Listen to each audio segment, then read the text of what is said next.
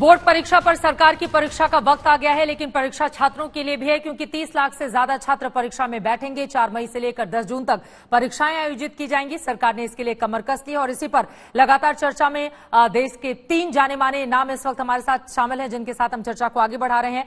प्रमोद शर्मा जी, अब सीधे आपका रुख करते हुए डूज एंड डोंट्स क्या होने चाहिए, छात्र क्या करें और क्या नहीं करें? क्योंकि पहले इसके हमने देखा है कि जनवरी से परीक्षाएं शुरू हो जाती थी, प्रैक्टिकल फरवरी, उसके बाद आगे के एग्जाम्स होते थे, लेकिन अब इसको मार्च में शिफ्ट किया गया है और परीक्षाएं मई और जून में, यानी कि छात्रों के पास एक अच्छा वक्त है।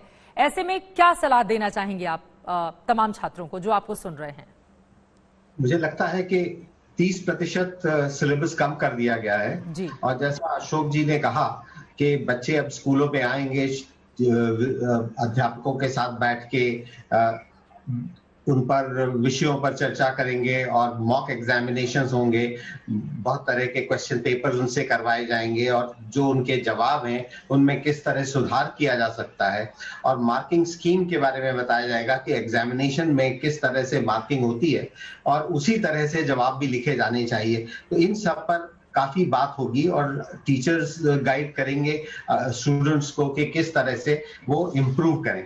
मेरा ये भी सुझाव है कि जो कुछ स्टूडेंट्स तो बहुत अच्छा करेंगे और बहुत अच्छा पढ़ने में हैं, जो बहुत अच्छा पढ़ने में नहीं है वो 30% की जगह जो बाकी बचा हुआ सिलेबस है उसमें से भी 70 और 80% सिलेबस ही तैयार करें। जो मुश्किल पोर्शंस हैं उनको छोड़ दें और इन 70-80% में अगर बहुत अच्छी तैयारी करें तो उसमें काफी कुछ मार्क्स उनको मिलेंगे। उनको 60-65% मार्क्स 70% सिलेबस में आ जाते हैं।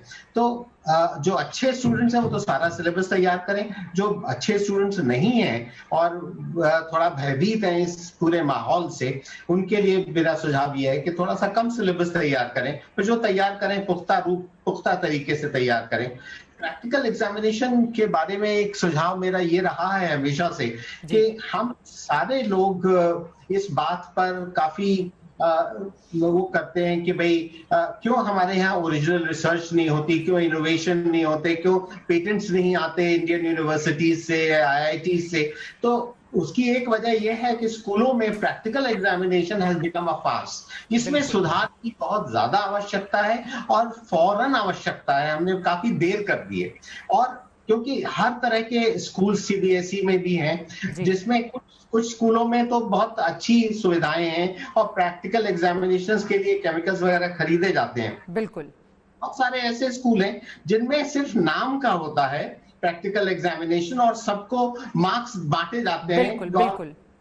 और तो इसलिए मेरा सुझाव यह है कि ऑल्टरनेटिव टू प्रैक्टिकल एक थ्योरी पेपर इंट्रोड्यूस होना चाहिए या थ्योरी पेपर में ही 2-3 सवाल प्रैक्टिकल एग्जामिनेशन बेस्ड पूछे जाएं, ताकि जिन्होंने प्रैक्टिकल नहीं किया है वो उन सवालों के जवाब ना दे पाए।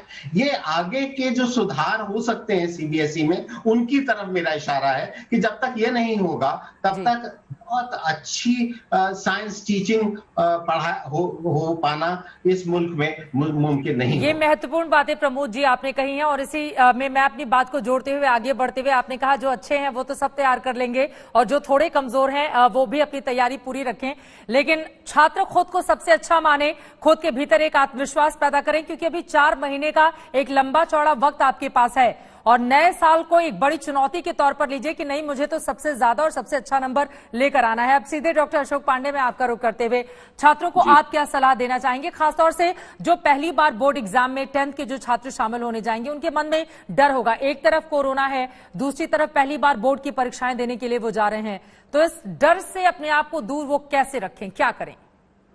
देखिए चित्रा जी, 2 बातें मैं कहना चाहूंगा। पहला तो ये कि हम 100% ये मान के ना चलें कि सभी बच्चों के मन में डर है। ऐसा कुछ भी नहीं है। मैं अपने व्यक्तिगत अनुभव से कह सकता हूँ, कई दशकों का अनुभव है कि जितना समाज और मीडिया और अभिभावक डरते हैं, बच्चे उतना नहीं डरते।